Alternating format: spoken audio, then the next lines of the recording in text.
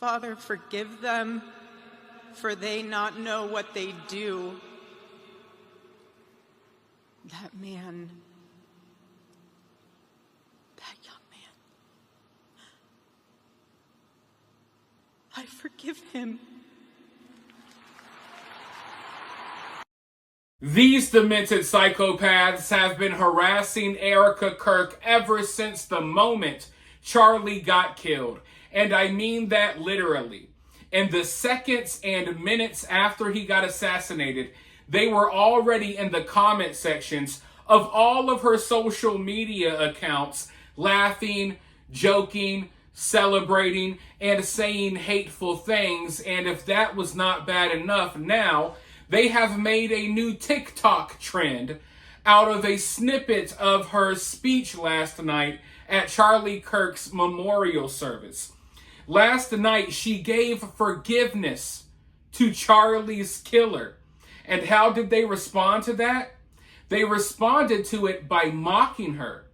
They took an audio clip out of that speech of her forgiving Charlie's killer, and they are now reenacting her speech on TikTok while laughing and joking about it and being absolutely hateful about it. Now look, I already knew these people were psychotic and crazy and evil. They've put that on full display for over a week and a half now. But if you ask me, this is a new low. What Erika did is not something I could do. Maybe I'm not a good enough Christian. You could say whatever you want. But after seeing these people mock Erika, after she forgave Charlie's killer, I think it's important for people to know that I am not that forgiving. I am not that forgiving at all. And there's a lot of other people out there that are not that forgiving. Okay? I think it's nice to allow Erika to forgive Charlie's killer. But I don't think the response to what happened to Charlie should be so forgiving, because these people take kindness for weakness. And they've already shown you that. They killed Charlie, they mocked his death, they celebrated it, they harassed his family, and then when his wife gave forgiveness to the killer, they laughed and joked about that too, and smeared it in her face, and smeared it in everyone else's face. And this is something that we should remember. And this is why I don't think that these people deserve forgiveness. There's been multiple times where I feel like an olive branch has been extended after Charlie was killed. An olive branch has been extended. There were multiple chances to tone things down. These people doubled down, tripled down, and quadrupled down on the hatred. And even after Charlie's memorial service, as they're laying Charlie to rest, they're still mocking his wife. They're making fun of the fact that she forgave his killer.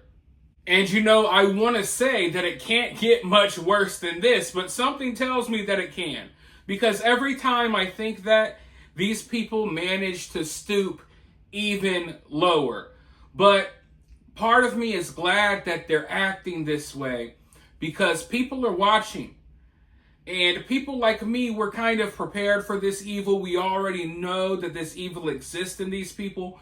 But other people aren't so aware. And I think this is a wake-up call for them.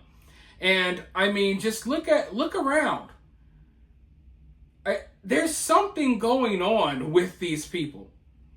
Either it's a collective mental illness, either we're just surrounded by mentally ill people, or there's something else spreading. There's some type of evilness spreading in these people's hearts. It's really insane to watch. And like I said, all over the place, there's people mocking Erika Kirk after she had to lay her husband to rest. And I have another clip of one of these idiots that I'm about to show you right now. But first, if you like the channel, if you support the channel, make sure you hit that like button, drop a comment, let me know what you think so far, subscribe if you haven't already, and if you're feeling generous and if you would like to donate, you could always donate via Cash App or Super Thanks, always humbly and greatly appreciated. But with that being said, let's go ahead and watch this idiot, and then I'll be right back with more thoughts. As expected, Charlie Kirk's wife, who everyone was feeling so sorry for, oh my god, I don't feel bad for him, but I feel bad for her. Yeah, she's also an incredibly right-wing person who's using this moment to push an authoritarian agenda against the left. Are you all gonna realize that the women who marry these freaks know exactly what situation they're getting into, and the reason they get in that situation is because they want to be there. Charlie Kirk's wife married Charlie Kirk because she liked Charlie Kirk's ideas. It's literally simple as. Women, too, are capable of making free decisions of who to associate with, and you can judge them based on those decisions.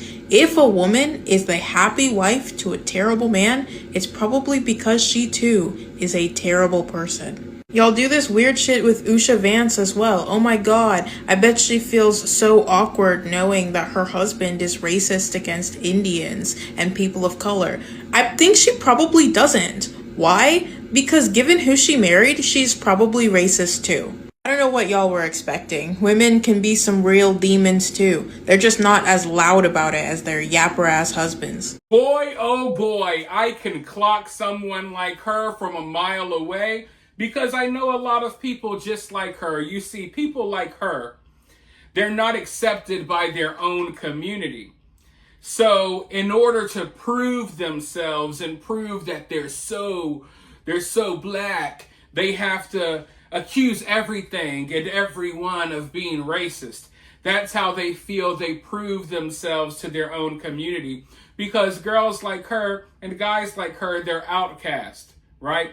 They're often outcast from their own community, and in order to fit in, they have to be a super pro-black social justice warrior that accuses any and everything of being racist, and they got a virtue signal 24/7.